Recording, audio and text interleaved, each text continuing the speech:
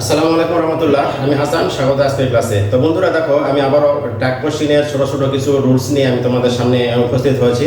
তো আশা করি তোমরা পুরো ভিডিওটা আমার সাথে থাকবে। তো দেখো এখানে রুলসটা এখানে কি বলছে, ইম্পারেটিভ স্টেটমেন্টটি যদি ভার্ব দ্বারা শুরু হয়, ইম্পারেটিভ স্টেটমেন্টটা যদি ভার্ব দ্বারা শুরু হয় এবং তা দ্বারা যদি অনুরোধ বোঝায়, তাহলে সেই ক্ষেত্রে আমরা ট্যাগ কোশ্চেন করার সময় ক্যান ইউ অথবা কুড ইউ ব্যবহার করব। ক্যান ইউ অথবা কুড ইউ ব্যবহার করব। ইম্পারেটিভ সেন্টেন্সটা যদি ভার্ব দ্বারা শুরু হয় এবং সেটা দ্বারা যদি অনুরোধ যদি বোঝায়, তাহলে সেই ক্ষেত্রে আমরা কি করব, ট্যাগ কোশ্চেন করার সময় ক্যান ইউ অথবা কুড ইউ এই দুটোর মধ্যে যে কোনো একটা আমরা ব্যবহার করব।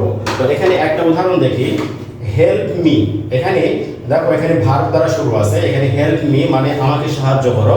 এখানে হেল্প মি দ্বারা এখানে সাহায্য করার কথা বলা হচ্ছে বা এখানে অনুরোধ বোঝানো হচ্ছে, যার কারণে আমরা এখানে ট্যাগ কোশ্চেন করার সময় কি করব, ক্যান ইউ এই ট্যাগটা আমরা ব্যবহার করব, ক্যান ইউ, এবং শেষে প্রশ্নবোধক চিহ্ন আমরা ব্যবহার করব।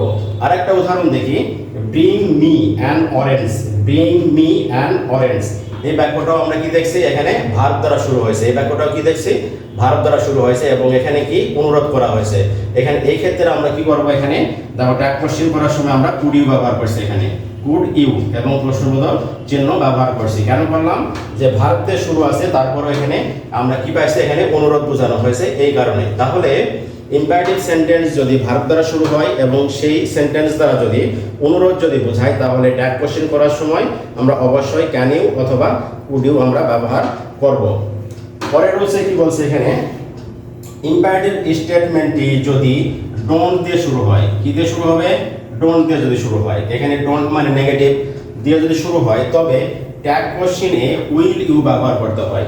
ইম্পারেটিভ সেন্টেন্স আমরা অ্যাফার্মেটিভ নেগেটিভ দুইভাবেই পেয়ে থাকি, তবে এখানে ইম্পারেটিভ সেন্টেন্স যদি কখনো ডোন্ট দিয়ে যদি শুরু হয়, তাহলে সেই ক্ষেত্রে আমরা ট্যাগ কোশ্চেন করার সময় আমরা কি ব্যবহার করি, উইল ইউ ব্যবহার করি।